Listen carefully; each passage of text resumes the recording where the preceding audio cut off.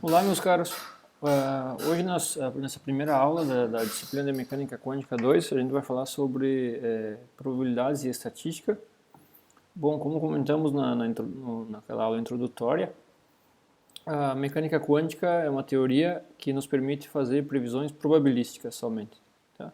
Então, probabilidade e estatística vai ser algo que vai nos acompanhar durante toda a disciplina. Tá? É essencial falar sobre esse assunto para falar sobre mecânica quântica.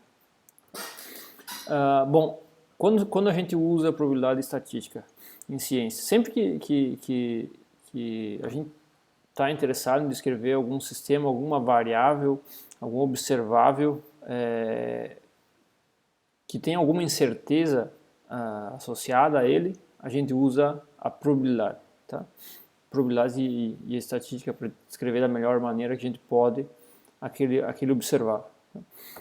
Bom, então nessa nossa descrição, a gente vai fazer 2 aulas sobre esse assunto, e nessa primeira aula a gente vai falar sobre variáveis discretas.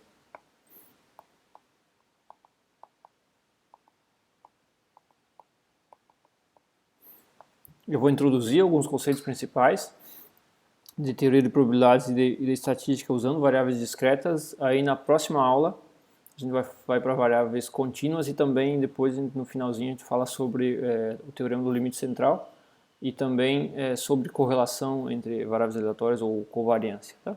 Então, vamos começar com variáveis discretas, e a primeira coisa que a gente vai ter que falar é o que é uma probabilidade.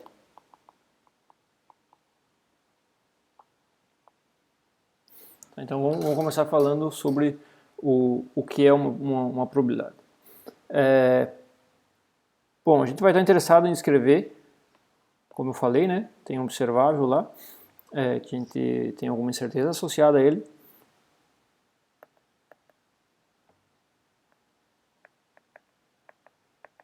Então a gente diz que esse observável é uma variável aleatória, x, e essa variável aleatória ela pode assumir alguns valores.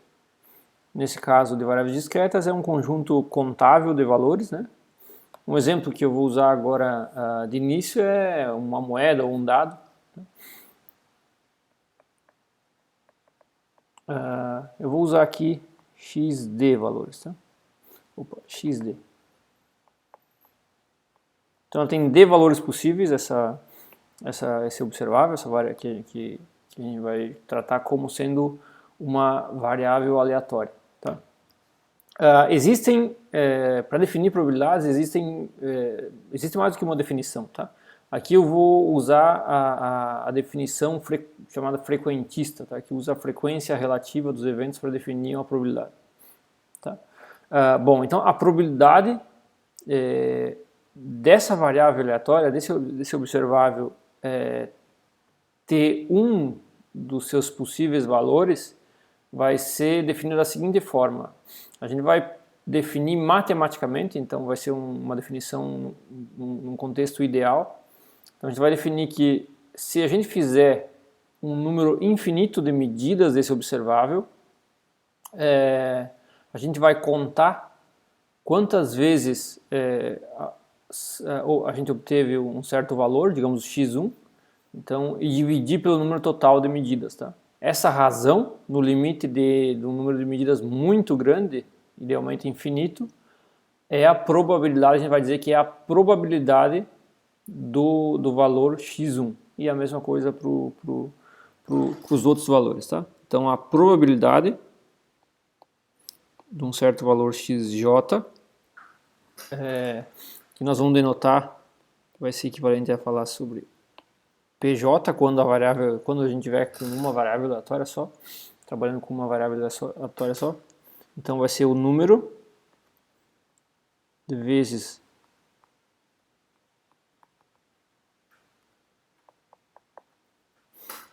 que a gente obtém o valor xj dividido pelo número total de medidas. Tá? E essa quantidade a gente vai denotar também por NJ. De novo, quando a gente vai trabalhando com uma única variável aleatória, vai estar claro sobre o que a gente vai estar falando. Tá? Senão a gente coloca aqui digamos, um x para denotar de qual variável aleatória a gente vai estar se referindo, tá? Então vai ser o número de vezes que a gente obtém o valor xj dividido pelo número total de medidas, tá? Então vocês podem colocar aqui, deixa eu colocar essa outra notação para lembrar. Então pode ser, se a gente estiver trabalhando com mais do que uma variável aleatória, coloca assim, número total de medidas de x, né?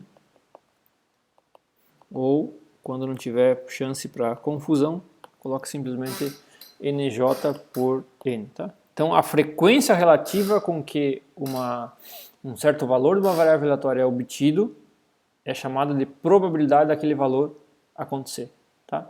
E essa definição, repetindo, é feita no limite matemático ideal de um número infinito de medidas. Claro que quando a gente vai estimar experimentalmente a probabilidade de algum valor dessa variável aleatória, a gente vai ter uma aproximação, tá? A gente vai fazer um número n o maior possível, mas em geral esse número é finito e pequeno, tá? Não é muito grande.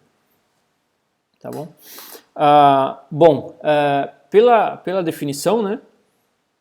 Já pela definição a gente vê que a distribuição de probabilidades, as probabilidades dos diferentes valores de uma variável aleatória, ela tem que ter certas propriedades. Tá?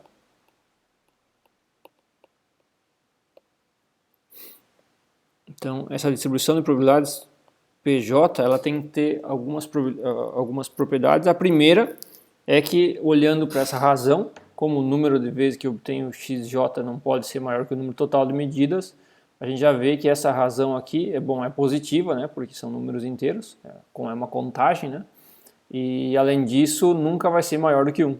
No máximo, digamos que acontece sempre, só o valor x1, eu vou ter o n1 sobre n igual a 1, tá? E esse vai ser o máximo daquela probabilidade. Então a gente já vê de pronto que essas probabilidades são números reais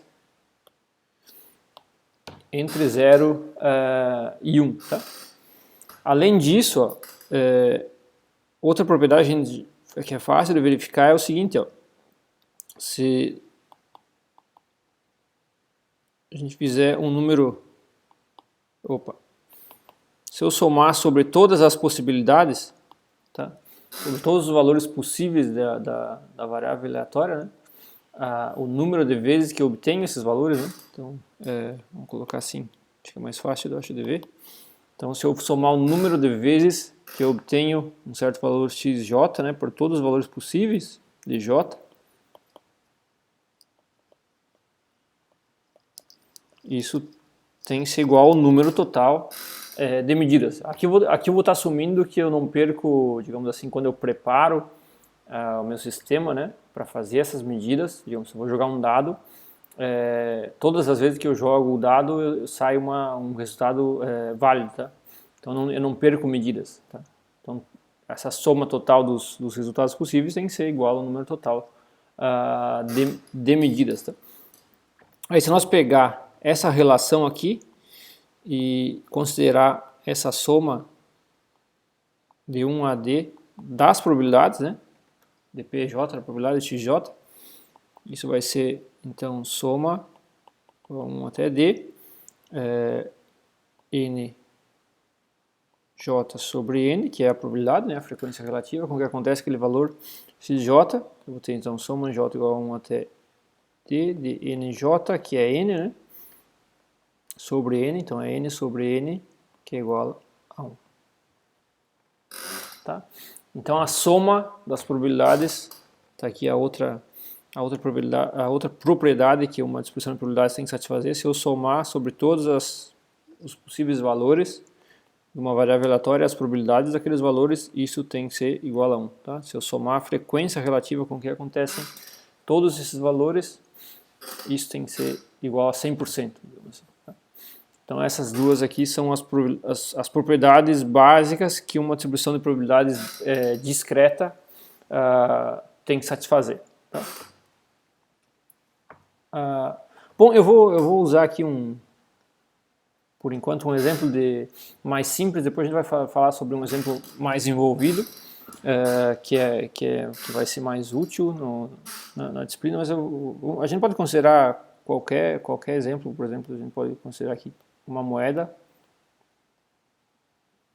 cara e coroa, e atribuir valores mais um. A variável aleatória seria qual o lado da moeda que a gente obtém ao jogar essa moeda, né? E a gente pode atribuir, fazer um joguinho lá e atribuir mais um ponto para quando sai cara e menos um ponto quando sai coroa, tá? Então nesse caso a nossa variável aleatória tem dois valores possíveis, que é menos um e mais um, tá? Esse é o nosso x1 e x2, né? Tá? Se nós jogar essa moeda, pela nossa experiência, se a moeda não for viesada, né, a gente vai ter 50% de chance para cara e 50% de chance para coroa, tá? Então a probabilidade do mais um vai ser n mais o número de vezes, né, que a gente obtém cara ao jogar n vezes essa moeda, né? E isso da experiência vem que é 1/2, ou seja, 50%. E a mesma coisa para p-1. Tá, isso seria no ideal. Se a gente jogar um número infinito de vezes a moeda, a gente espera que se aproxime, essa probabilidade se aproxime do valor 1/2. Mas se vocês fizerem aí a experiência, joga aí 10 vezes, em geral não vai ser 5 para cada possibilidade, tá? Então é isso que eu comentei. É algo importante que a gente tem que levar em conta depois lá em mecânica quântica também, que o número de vezes que a gente faz o experimento na prática é sempre finito e o que a gente vai fazer é estimar essa distribuição de probabilidade. Mas tá aí, então probabilidade a gente vai tratar sempre como uma frequência relativa, ou seja, um número relativo de vezes que obtém um certo valor daquela variável aleatória em relação ao número total de experimentos, de medidas que a gente faz daquele observável, daquela variável aleatória. Tá? Bom, então, seguindo, agora essa descrição, a descrição estatística, né, que eu comentei. A descrição estatística de uma variável aleatória seria, então, a gente tem a variável aleatória, caracteriza os possíveis valores que essa variável aleatória pode assumir e tem também as probabilidades. P1, P2 até PD. Tá? Então, com isso a gente tem a descrição estatística total da variável aleatória. No entanto, essa descrição, em alguns casos ela pode ser, digamos assim, esclarecedora e em outros casos não. Tá? Em geral, o que se faz é resumir essa descrição no menor número de variáveis possível. Tá? Então, tem algumas variáveis que a gente usa para dar uma descrição resumida sobre as propriedades estatísticas de uma variável aleatória. Um desses números é o valor médio, o centro, que vai dar uma ideia do qual é o centro da distribuição de probabilidades. Tá? Em média, qual valor eu espero obter ao fazer medidas daquele observável. Tá? E outro número que a gente vai usar também é a largura dessa distribuição de probabilidades. Tá? Por exemplo, para esse exemplo da moeda, né, se eu fizer aqui um gráfico da probabilidade, PJ, em relação a menos 1 e mais 1, é meio e meio, né? Tá? Então o centro da distribuição de probabilidades vai ser 0, seria um desses números, que é a média, o valor médio, e a largura, a gente chama de desvio padrão, vai me dizer qual é a incerteza. Por exemplo, aqui nesse caso eu tenho certeza máxima. Na próxima jogada que eu for fazer, eu tenho certeza máxima sobre se vai sair cara ou coroa. Tá? Então eu tenho uma largura máxima de distribuição de probabilidades. Por exemplo, se essa moeda tivesse viés, se a probabilidade do valor menos 1 fosse maior, eu teria menos incerteza. Né? Se fosse jogar, por exemplo, eu jogaria no coroa e ganharia mais vezes do que eu ia perder. Tá? Então eu tenho menos incerteza e a largura dessa distribuição de probabilidades, o desvio padrão dela vai diminuir. Tá? Então a gente vai, digamos assim, resumir a descrição estatística de um observável pela sua média e pelo seu desvio padrão. Mas, em geral, essa descrição estatística é dada pela distribuição de probabilidades. Em alguns casos a gente pode obter mais informação do que só esses dois números. Tá? Bom, valor médio ou média.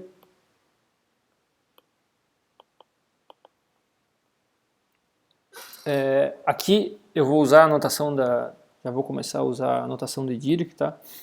Mas deixa eu chamar a atenção pro fato de que a gente, em estatística, normalmente, em matemática, a gente usa x barra para denotar a média de uma variável aleatória, mas a gente vai aqui em mecânica quântica a gente usa a notação de Dirac, que é com um ângulo, x, né?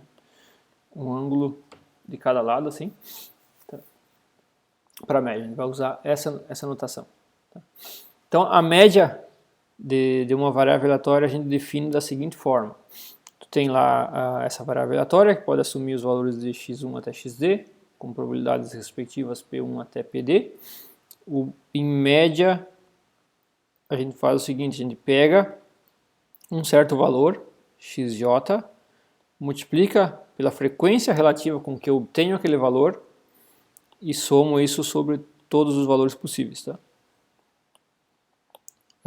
Por exemplo, aqui no caso da moeda, eu vou pegar menos 1, multiplicar por 1 meio, vou pegar mais 1 e multiplicar por 1 meio, então eu vou ter menos meio mais meio, que é zero. Tá? Então a média, nesse caso aqui,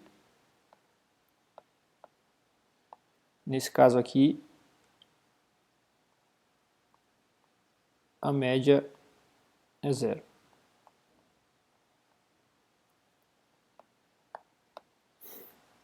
Tá? Então é assim que a gente calcula o valor médio. Tá? Outra coisa que vocês podem observar que é fácil aqui lembra que as probabilidades têm que ser números entre 0 e 1 e tem que somar para 1, então digamos que tu tenha um valor da probabilidade igual a 1 aqui, tá? Então todos os outros valores têm que ser iguais a 0. Isso significa que tu vai obter sempre o mesmo valor. Tá? Digamos, se eu consigo jogar a moeda de forma que ela caia sempre cara, tá? Então vou obter sempre o valor menos 1. Tá? Então a média vai ser igual a esse valor, menos 1. Tá? Se essa moeda começa a ser menos viazada, tá? Começa a aparecer com uma certa frequência o mais 1, esse valor médio vai sendo deslocado em direção ao mais 1 até chegar nessa distribuição de probabilidades aqui, que ele está bem no meio. Tá? Então dá para ver que esse valor médio realmente ele vai, de certa forma, nos informar qual é o valor que eu espero obter em média quando eu faço um número grande de medidas de uma certa variável aleatória. Tá? Esse valor médio, embora aqui a gente esteja trabalhando com variáveis discretas que podem assumir um conjunto contável de valores, tá? Pode ser infinito ou finito, tá? mas é contável. O valor médio ele não precisa ser esses valores, tá? Ele vai ser uma variável aleatória contínua. Tá?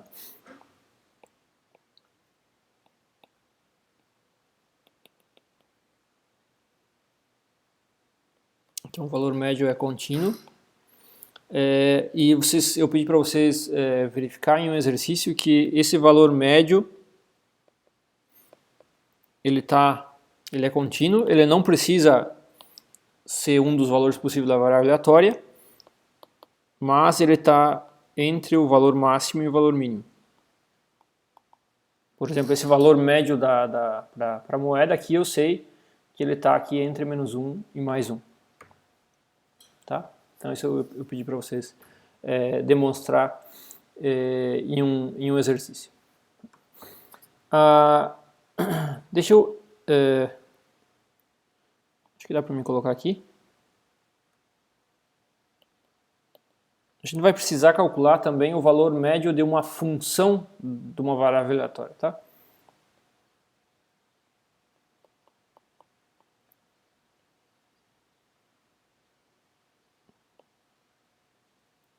Tá, então, como é que se eu tenho uma certa variável aleatória, se eu considero uma certa função dessa variável aleatória, como eu calculo o valor médio da função? Tá?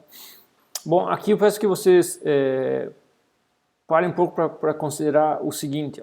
Ó, bom, para nós enxergar como calcular esse valor médio, a gente vai precisar enxergar, perceber que a frequência relativa com que um certo valor da variável aleatória acontece vai ser a mesma frequência com que a função aplicada naquele valor acontece, tá? Porque tu vai ter aqui xj vai ser mapeado em f de xj, né?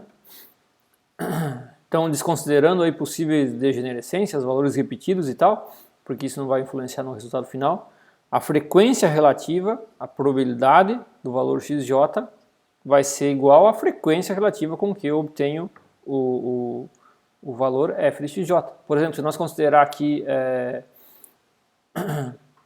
se nós considerar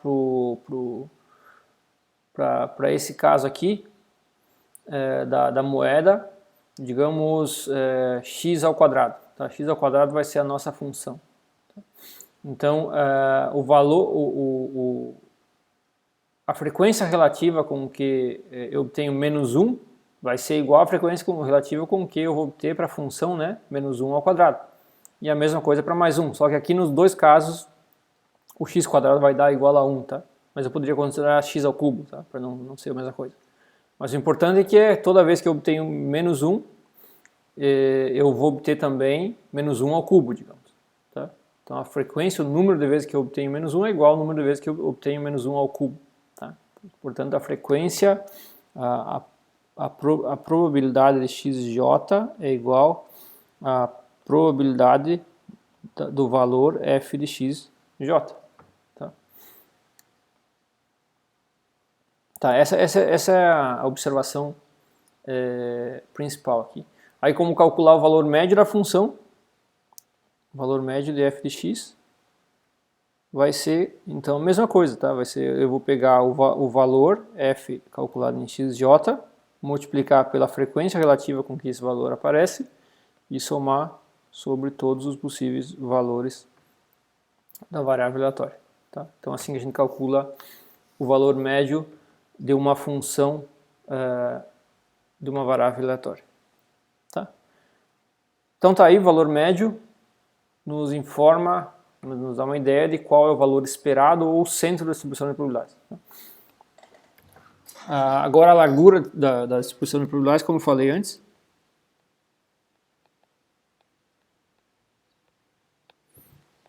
é calculada usando o desvio padrão, uma função que eu já vou definir, que é chamada de desvio padrão. O desvio padrão eu vou denotar. Aí tem algumas notações para isso, tá? Eu vou usar essa notação sigma com subíndice, com o nome da variável aleatória, é o desvio padrão da variável aleatória x aqui. Tá? Esse desvio padrão é definido como a raiz da variância de x.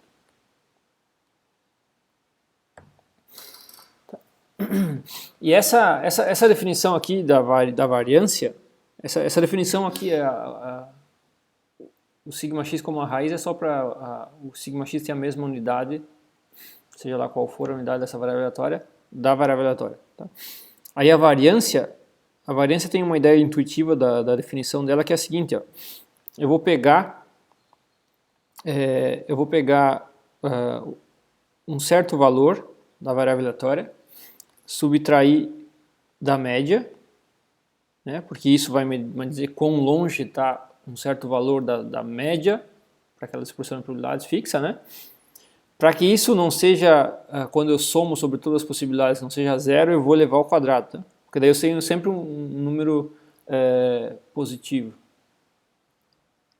Tá? Eu vou levar ao quadrado, então eu vou ter sempre um número positivo, tá? Conforme, digamos, eu tenho lá x1, tá? O x1 está a uma certa distância da média, mais x2 também.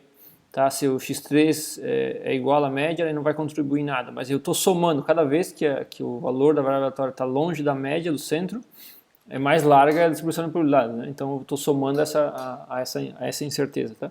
Aí eu vou somar isso sobre todos os valores possíveis. Tá? E assim eu obtenho uma função que eu posso usar para quantificar o quão larga, o quão incerto eu estou sobre o valor de uma variável aleatória. E de novo, ó, se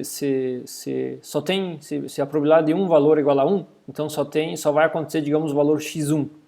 E ele vai ser igual à sua média. Tá? Então aqui, claro, aqui eu tenho que, agora me dei por conta, eu tenho que multiplicar pela probabilidade, senão não seria zero isso, tá? Para esse caso. Tenho que multiplicar pela probabilidade, tá? Então só vai acontecer o P1 seria igual a 1 aqui, e porque aqui esse P2, digamos, igual a zero, que vai eliminar o 2 aqui. Tá? Então o x1 vai ser igual a média e isso vai ser igual a zero, porque eu sei qual é o valor possível da variável aleatória, que é só o x1, tá? Não vai acontecer os outros, então não tenho certeza nenhuma sobre esse valor. E aí conforme eu vou tendo mais valores possíveis, essa distância aqui, essa subtração aqui tem que ser diferente de zero. Eu vou somando essas distâncias para me dar incerteza total sobre aquela variável aleatória. Como a gente viu há pouco, isso aqui, xj menos x médio ao quadrado, é uma função da variável aleatória. Né? Então o que eu estou fazendo aqui, na verdade, eu estou pegando x menos a sua média, elevando ao quadrado, e calculando a média disso. Tá? Então a variância é isso, é x menos x médio elevado ao quadrado, valor médio. Tá? O valor médio disso. Aí eu pedi para vocês verificar, nos exercícios também, que isso aqui é equivalente a média do quadrado menos o quadrado da média. Tá, essa última aqui é bom que vocês lembrem, porque no final das contas que a gente vai fazer, durante a disciplina, a gente vai usar já vai usar direto a variância como essa expressão aqui, essa última expressão. Tá certo? Então tá, então a gente viu que quando a gente tem certeza sobre uma variável, um observável, uma variável aleatória, a gente chama de variável aleatória, a gente descreve, dá uma descrição estatística para esse observável através da sua distribuição de probabilidades. Tá? E a gente resume essa descrição estatística calculando a média, que é o centro de distribuição de probabilidades, e a largura da distribuição de probabilidades, que nos dá que é uma medida da nossa incerteza sobre qual é o valor que será obtido na próxima medida da variável aleatória. Tá? Bom, então agora a gente vai para o exemplo que eu falei, que é um pouco mais envolvido, mas de maior interesse para ir para nós da física.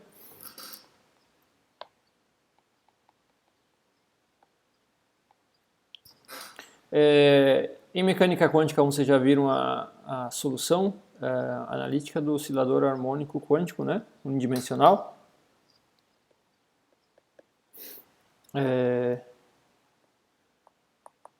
Só que aqui a gente vai considerar o que a gente chama de estado térmico de Gibbs.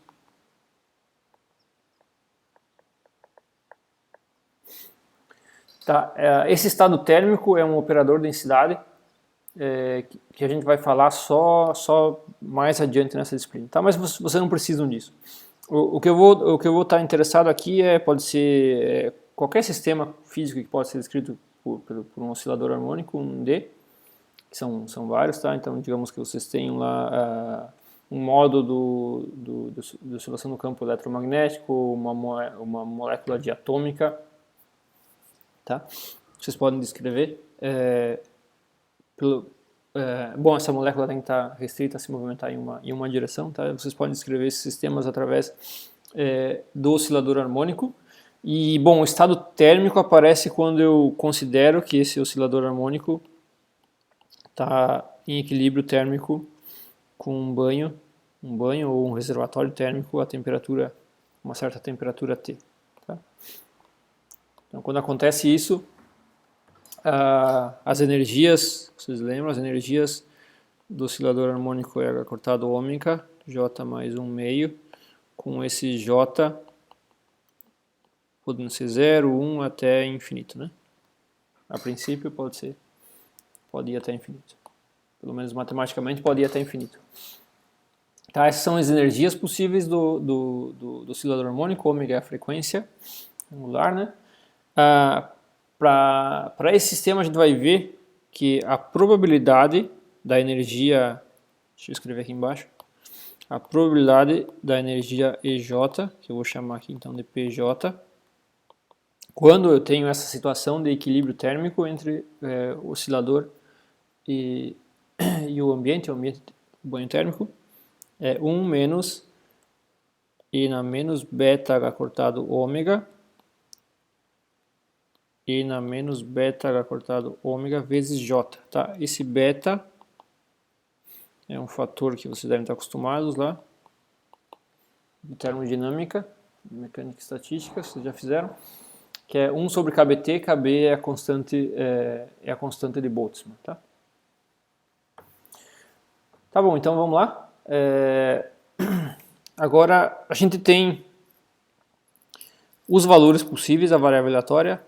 Para esse sistema, tá, a energia desse sistema, como ele está trocando energia com o ambiente de uma forma desordenada, aleatória, a gente não tem como ter certeza sobre qual é a energia daquele oscilador harmônico.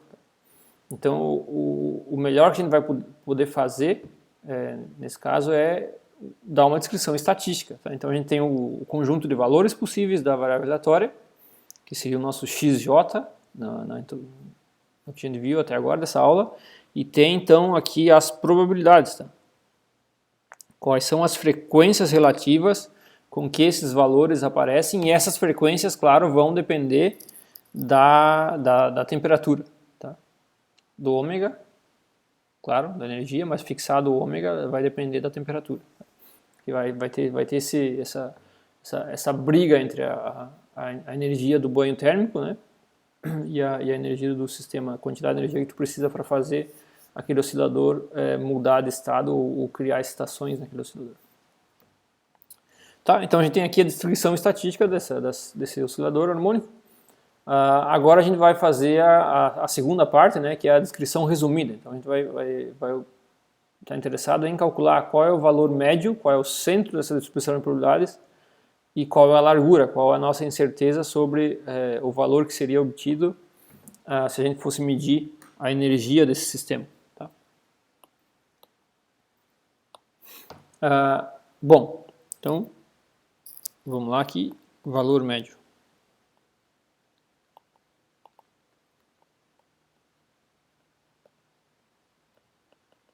Então o valor médio da energia do oscilador harmônico, o valor médio da energia, que é a nossa variável aleatória agora nesse caso, vai ser, eu vou pegar o valor EJ, multiplicar pela frequência relativa com que ela aparece e somar sobre todos os valores, que aqui vai de 0, o J vai de 0 a infinito, né? Sobre todos os possíveis valores. Tá? Então aqui eu vou pegar e substituir as expressões que eu tenho para essas duas quantidades. Soma J igual a 0 até infinito, EJ é H cortado ômega, J mais 1/2 vezes a probabilidade, que é 1 menos beta, menos a exponencial de menos beta H cortado ômega, e na menos beta H cortado ômega vezes J. Tá?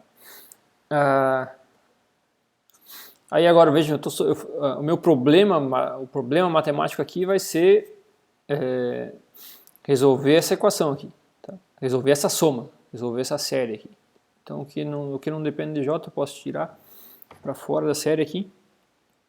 Então eu tenho aqui H cortado, ômega,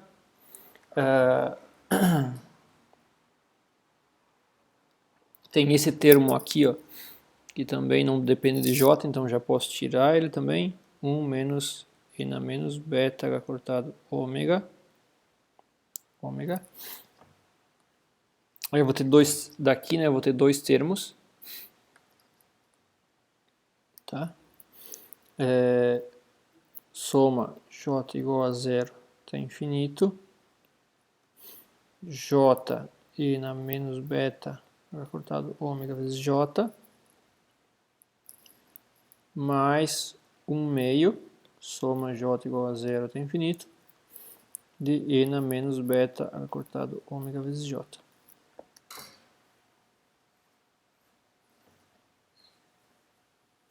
Tá? Agora a gente tem que fazer essas somas aí.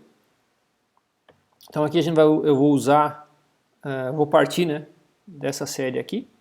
Soma j igual a zero até infinito de x elevado a j é igual a 1 sobre 1 menos x para módulo de x menor que 1, essa série vale. Converge. Ela vai convergir para x, o módulo de x menor do que 1. Então esse termo aqui eu já sei. Ó. Tá? Eu já sei obter esse termo aqui. Então esse aqui já está resolvido, agora eu só preciso fazer algumas manipulações. A gente vai usar aqui o chamo de truque de Feynman, tanto para integral quanto para série, para obter, tendo essa série aqui, para a gente obter séries parecidas com ela. Tá? Parecido no sentido que tu tem aqui o x na j. Tá? E aqui então a gente vai fazer o seguinte, ó. Considera, por exemplo, a derivada de x na j mais 1. Então isso vai dar j mais 1 vezes x na j, né? Que é j x na j mais x na j. Tá? Então o que eu tenho aqui, ó, é jx na j. Tá? Então se eu olho para cá, eu tenho esse termo aqui. Tá?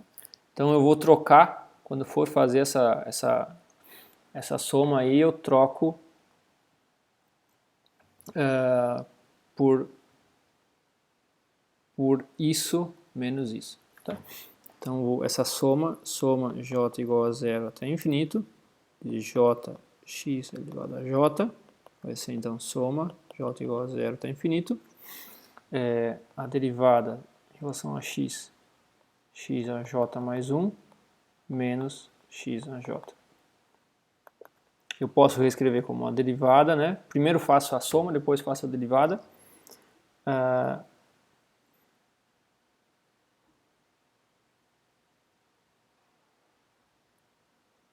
Tá, ainda antes disso, ó, antes de fazer a soma, eu vou fazer o seguinte, esse x na j mais 1 eu posso escrever como x vezes x na j.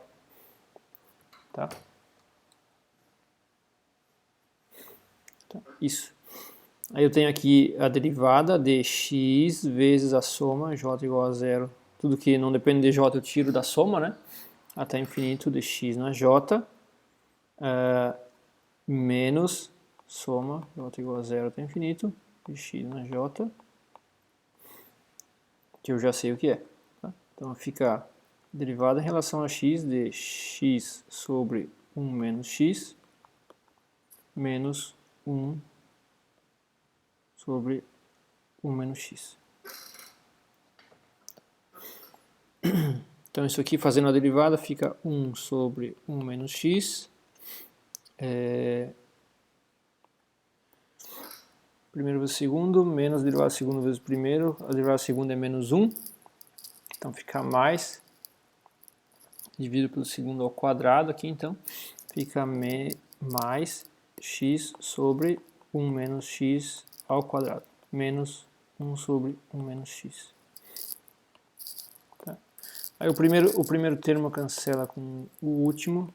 E eu tenho o resultado para essa série de j vezes x na j, que é x sobre 1 menos x ao quadrado. Tá, então com isso a gente tem essa série aqui e essa série para x sendo igual a e na menos beta h cortado ômega. Tá. Então, o valor médio da energia vai ser H cortado ômega 1 menos N menos beta H cortado ômega. Tá? Então aqui eu vou ter x N menos beta H cortado ômega dividido por 1 menos x ao quadrado, né, que é essa primeira série aqui, que está aqui, mais 1 meio essa série aqui, tá? Vezes 1 dividido por 1 menos N menos beta H cortado ômega.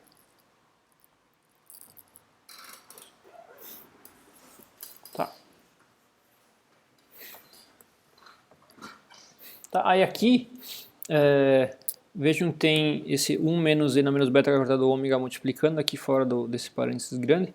Então vai cancelar um desses termos aqui e esse termo aqui, tá?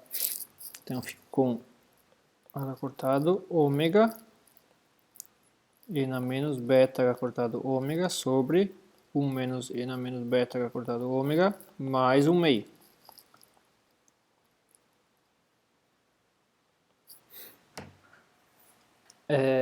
Que é H cortado ômega. Posso reescrever, eu posso multiplicar aqui, bom, poderia parar aqui, mas eu posso continuar aqui e multiplicar por E na beta H cortado ômega, faço sumir esse termo aqui, e o de baixo fica E na beta H cortado ômega menos 1, mais 1 meio. Tá?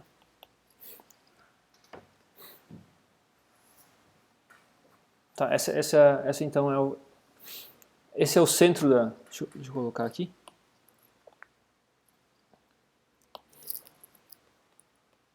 Esse, se eu for medir a energia, esse é o valor que eu espero obter, tá? E esse valor, claro, vai depender tanto da energia, tanto desse ômega que determina o gap de energia, né, entre os diferentes níveis do oscilador harmônico, quanto da temperatura do banho térmico, tá? Então esse valor médio vai depender dessas duas variáveis. Tá, então tá aí o centro dessa pressão de probabilidades. Lembra, a gente pegou essa variável aleatória, tem a descrição estatística através da expressão de probabilidades. Agora a gente está resumindo essa descrição estatística através do valor médio, que dá o centro, e do desvio padrão, que dá a largura, a nossa incerteza sobre essa variável aleatória. Então até agora a gente calculou o centro da expressão de probabilidades. Agora a gente vai para a largura. Tá? Desvio padrão.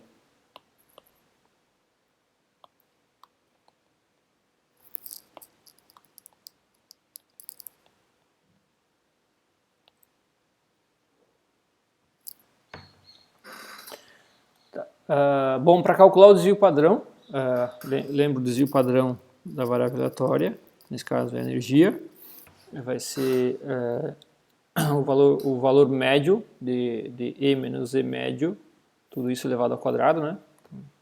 Então, o valor médio de E menos E médio elevado ao quadrado, e como eu falei para vocês, vai ser útil usar a expressão que vocês vão obter no exercício. Opa, aqui é a raiz, né? A variância que é isso. Média do quadrado menos o quadrado menos o quadrado da média, né?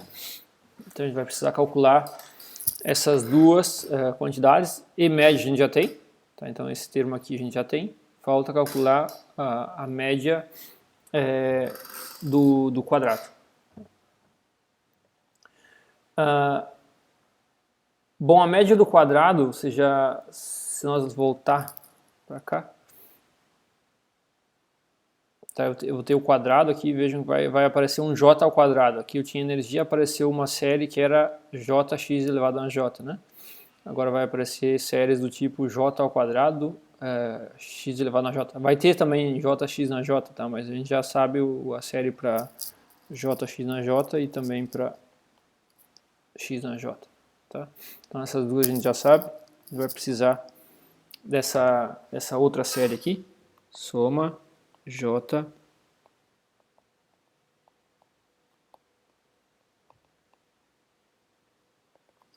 Então, a gente vai precisar dessa série, soma J igual a 0 até infinito de J ao quadrado vezes x a J. Tá?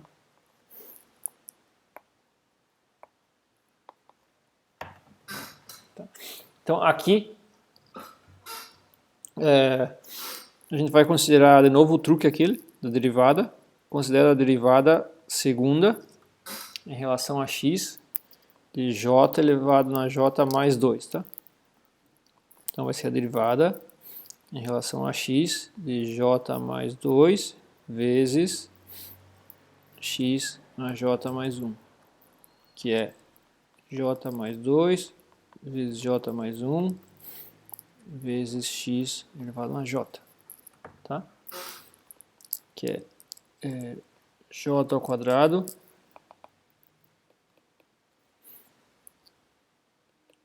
mais 3j mais 2, né? Vezes x na j.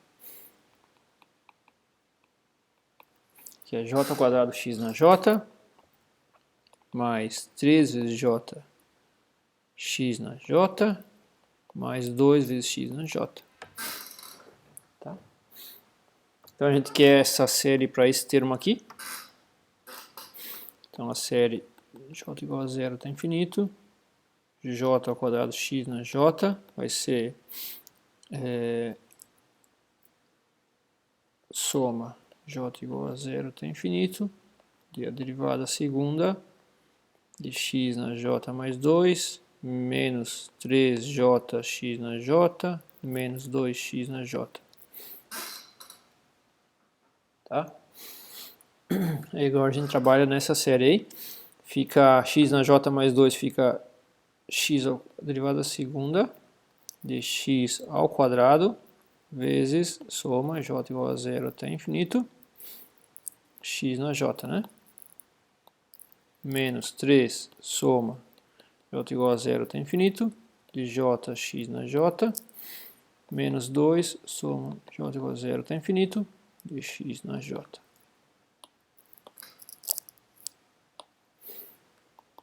Tá? Então agora só a gente vai precisar substituir as séries que a gente tinha antes, né? E fazer com cuidado aí as derivadas.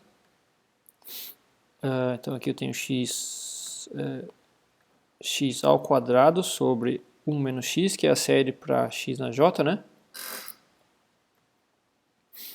Menos 3 x sobre, era 1 menos x quadrado, né? 1 menos x quadrado menos 2 vezes 1 menos x. Desculpa, dividido por 1 menos x. Tá, então vamos fazer as derivadas agora, depois a gente junta todos os termos. Então fica a derivada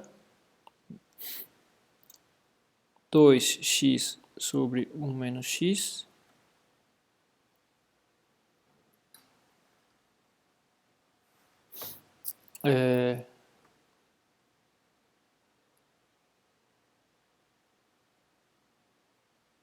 isso menos mais x quadrado dividido por 1 menos x quadrado. Tá? Derivada primeiro vezes o segundo, mais derivada segundo vezes o primeiro. Deixa eu ver se só está certo. Tá, a derivada disso aqui, a derivada do primeiro vezes desse vezes... Eu vou pegar esse aqui e vou colocar 1 menos x elevado a menos 1. Então é 2x vezes 1 menos x elevado a menos 1, menos com 1 menos, dá mais, x quadrado vezes 1 menos x elevado a menos 2. Tá? Que é esse termo aqui. Tá, é isso aí.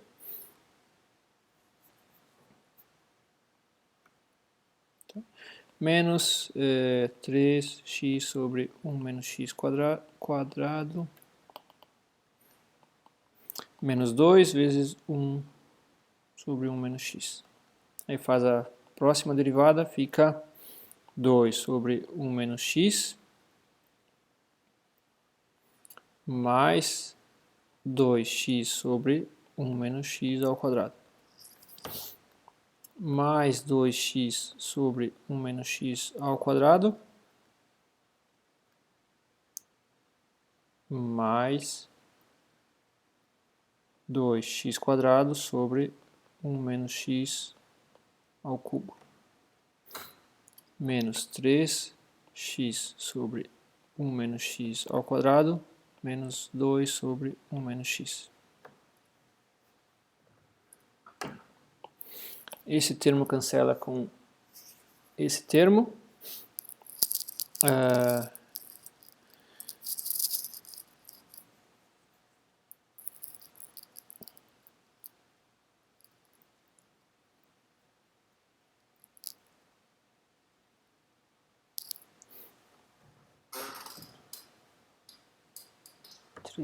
Parece que eu perdi um termo, x ao cubo. Não, só tem um, tá certo, só tem um termo ao cubo. Tá certo. Aqui esses dois termos são iguais a 4x menos 3 também é quadrado, quadrado, quadrado. 4x menos 3x dá x sobre 1 menos x ao quadrado, mais 2x quadrado sobre 1 menos x ao cubo. Eu posso reescrever como x vezes 1 menos x mais 2x quadrado sobre 1 menos x ao cubo. Fica x menos x quadrado mais 2x quadrado sobre 1 menos x ao cubo, que é x quadrado mais x, que é x, 1 mais x, dividido por 1 menos x ao cubo. É isso. Tá, então essa série para o j quadrado x elevado a j é x mais 1 sobre 1 menos x ao cubo. Tá? Aí com isso a gente pode voltar para o cálculo do desvio padrão. Claro, a gente vai precisar primeiro calcular e quadrado médio. Então soma j igual a 0 até infinito. Lembra aí, é h cortado ômega, j mais meio ao quadrado, vezes p na j. P na j é 1 menos e na menos beta h cortado ômega, e na menos beta h cortado ômega j. Tá, então a gente vai precisar calcular isso aí.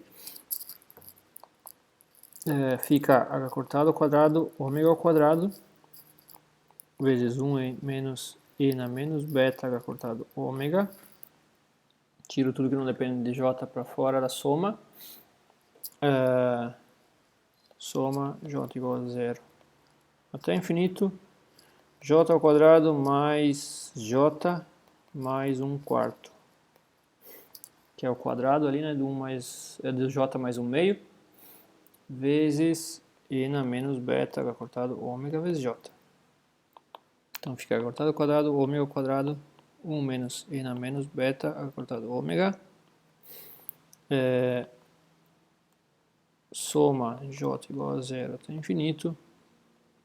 J ao quadrado e na menos beta h cortado ômega j. Mais soma j igual a 0 até infinito. J e na menos beta h cortado ômega j. Mais 1 quarto. Soma j 0 até infinito. E na menos beta h cortado ômega j. Tá.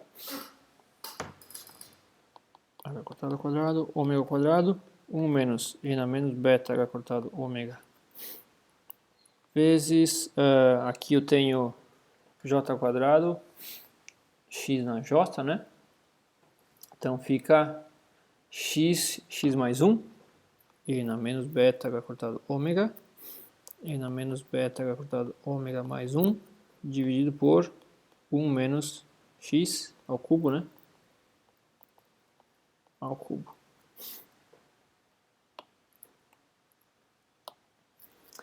Mais, aí tem a série jx na j, né? Que era x sobre 1 menos x quadrado, né? E na menos beta h cortado ômega dividido por 1 menos n menos beta h cortado ômega ao quadrado, mais 1/4, a saída para x na j é 1 sobre 1 menos x, que é 1 sobre 1 menos n menos beta h cortado ômega.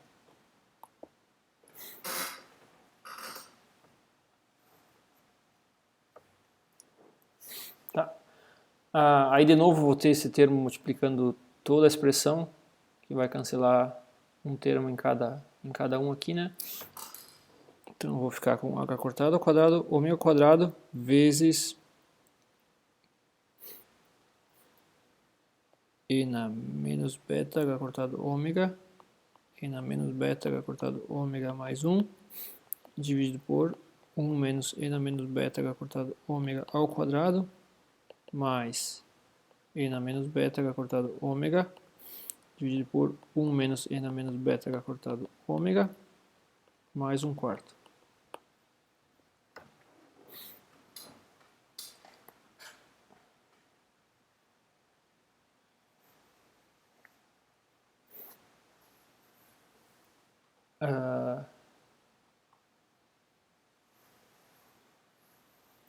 Tá. Aqui não tem muito mais o que fazer a não ser multiplicar pela exponencial de beta h cortado ômega, tá? Mas isso a gente pode fazer depois quando for já passar para a expressão geral. Deixa eu ver se a expressão geral cabe aqui. Tá, eu vou fazer mais um passo aqui, depois eu passo para a próxima página. Tá, aqui eu vou ficar com n menos... Não vamos fazer, né? Só vamos colocar aqui. Esse termo aqui, para ficar parecido com a expressão que eu tinha antes para o módulo de E, que eu vou levar ao quadrado, eu vou multiplicar ele, esse aqui por na beta cortado ômega e dividir por esse termo também. Tá? A gente pode agora voltar para o cálculo do desvio padrão. Eu vou calcular primeiro a variância. Variância de E, né? Então aqui é E quadrado médio menos E médio ao quadrado, então vai ser aquela expressão que eu tinha lá, h cortado ao quadrado, ômega ao quadrado,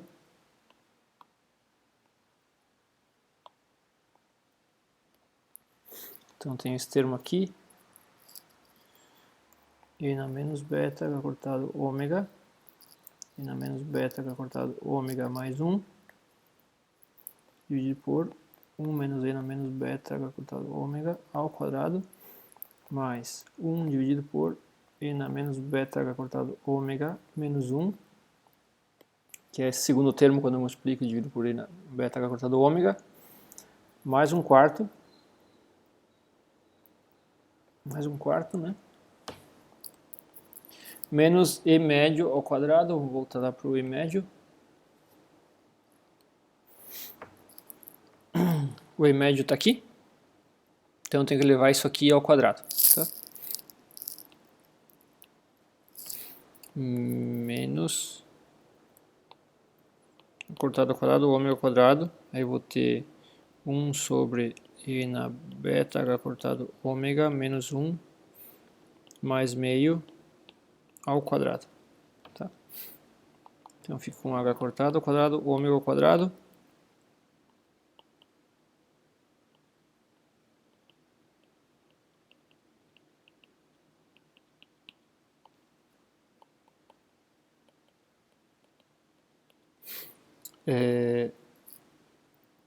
Opa, estou escrevendo no lugar errado.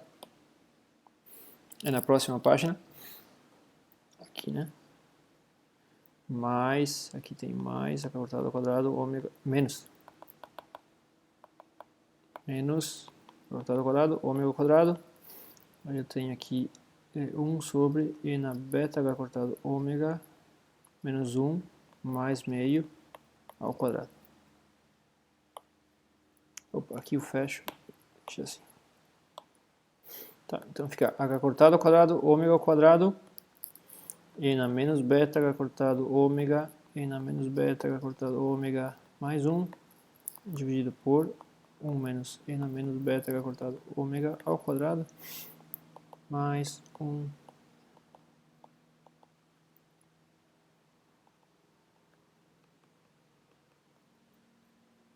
menos 1 sobre E na beta H cortado ômega menos 1 ao quadrado.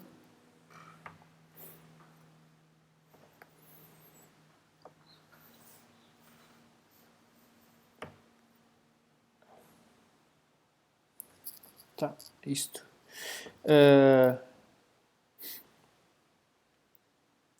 Mais 1 sobre E na beta H cortado ômega menos 1, né, que é o 2 vezes 1 meio vezes termo aqui, mais 1 quarto.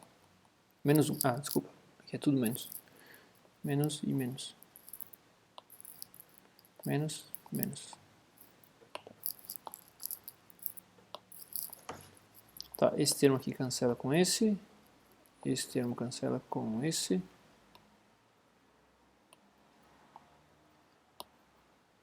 Aí sobrou H cortado, ômega ao quadrado. Só sobrou aquele termo, o denominador não é o mesmo.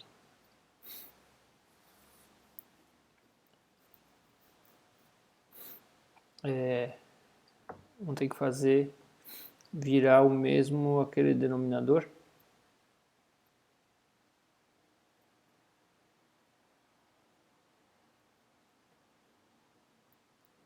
Tá, esse denominador, para nós fazer virar o mesmo, eu vou multiplicar por E na beta H cortado ômega e duas vezes, tá? Daí eu boto ele para cá. Ele vai estar ao quadrado, boto ele para cá.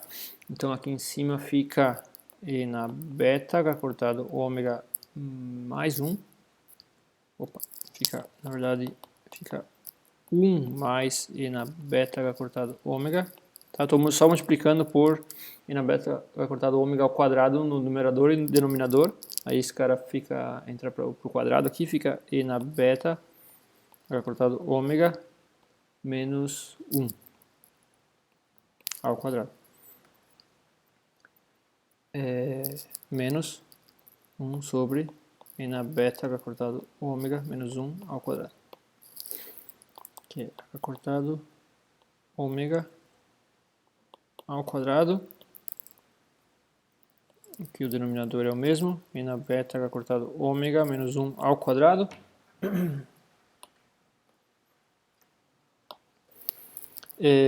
Aí só aqui vai ter esse 1 menos esse. E eu sobro só E na beta H cortado ômega. Tá. Então, o desvio padrão, que vai ser a raiz da variância, né? Vai ser H cortado ômega. Então é proporcional a H cortado ômega. E na beta H cortado ômega sobre 2, dividido por E na beta H cortado ômega menos 1. Tá? Então esse é o desvio padrão. Eu tenho um gráfico para mostrar para vocês. A distribuição de probabilidades, o valor médio. Deixa eu ver aqui nas notas de aula. Então tá aqui, com esse código aqui, então eu faço, aqui está mostrado um gráfico da probabilidade do valor EJ da energia em função de J, e eu posso variar o produto de beta por H cortado ômega. Então se vocês pensarem que eu fixo a frequência angular do oscilador harmônico, e o que eu vou mudar é a temperatura do banho térmico, tá? Se o beta H cortado ômega é muito pequeno, quer dizer que a temperatura é muito grande. Tá? Se a temperatura é muito grande, tu tem muito fluxo de energia para dentro e para fora do sistema, tá? Que está em equilíbrio térmico. Então, vários níveis de energia do oscilador vão estar populados, e a chance desses níveis está mostrada aqui. Vê que tu tem uma probabilidade não nula e apreciável para muitos níveis, tá? Se vocês pensar nesse oscilador como sendo um modo do campo eletromagnético, isso aqui vai ser a probabilidade de tu ter um certo número de excitações de fótons naquele modo, tá?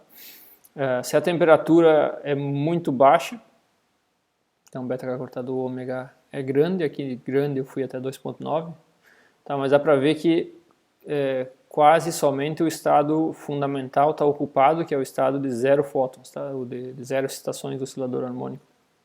Tá? Então, conforme eu for aumentando a temperatura, eu vou fazendo essa transição. Essa linha aqui, a linha tracejada, mostra o centro da distribuição de probabilidades. Vejam que só uma observação tem que fazer aqui, o centro da distribuição de probabilidades não quer dizer a mediana, tá? Não é a mediana, é o valor médio. Mediana é a mediana divide 50% das ocorrências estão à esquerda e 50% estão à direita, tá? Então, mas é outra função que se usa em estatística para determinar o centro de uma distribuição de probabilidades. Aqui a gente usa o valor médio, o valor esperado, tá? Então vejo que essa linha aqui nos dá o centro da distribuição de probabilidades conforme vocês vão mudando a temperatura do banho, que seria o centro. Aqui seria, se nós pensarmos no campo eletromagnético, seria o número de fótons que a gente espera medir naquele modo do campo numa certa ocasião. Tá? E é isso aí por essa aula.